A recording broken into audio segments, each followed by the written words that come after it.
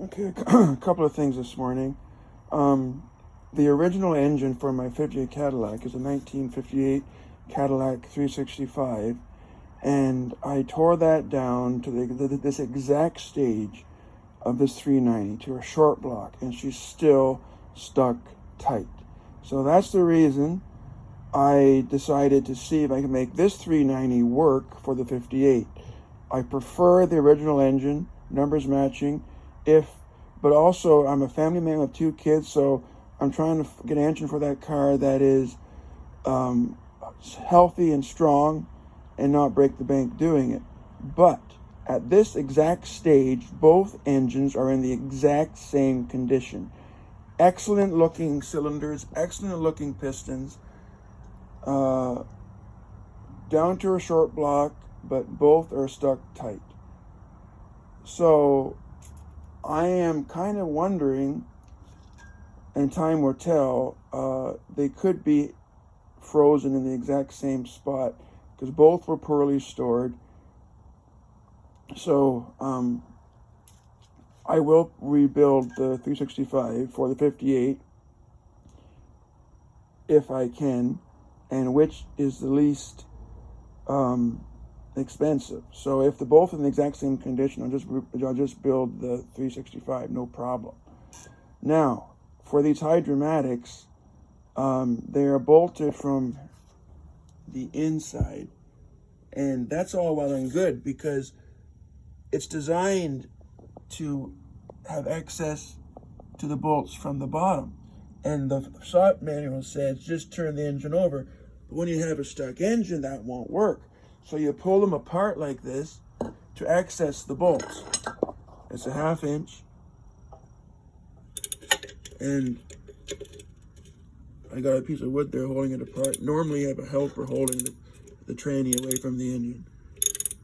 I had an old school Chevy guy over here, and he couldn't believe how hard it was to separate the Cadillac transmissions from the Cadillac engine, or the hydromatic, I should say, from the Cadillac engine.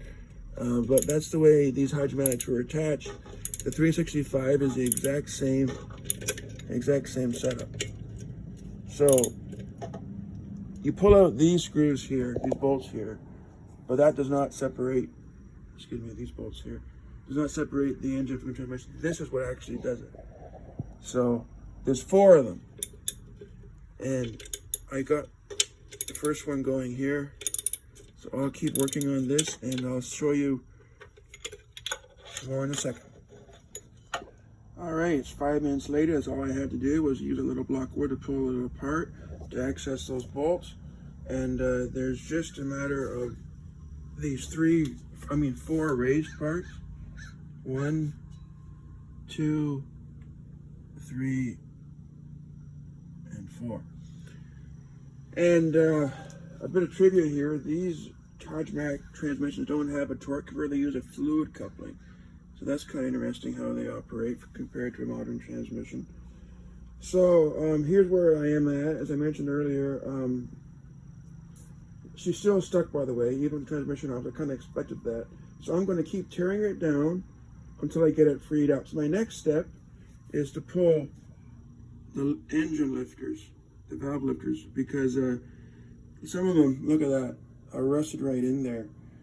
Logically speaking, because these have to go up and down to push the push rods, if it's not moving, the engine's not going to turn either.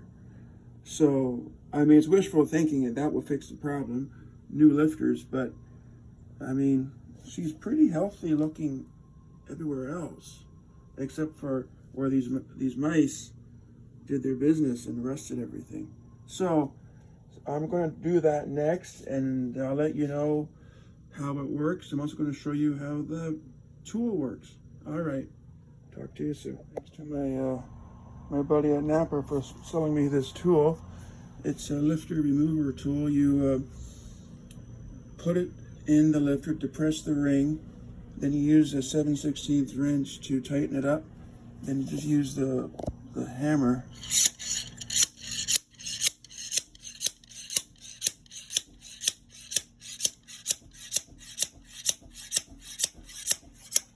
to pull it out. So there's one. And let's see how we do. I'll be back. So it's working. I got everything out except for that one, which is really rusted. And I'm working on these ones, but they're pretty badly rusted too. So, and I just ran out of lube, like spray lubricant and penetrating oil. So I'm going to have to stop here, and I'll touch back base with you guys later on. But this is a great tool. It's working, but it is so badly rusted that I'm going to need some, maybe even heat to try and get these out of here. All right. Talk to you later. I'll see you all down the road.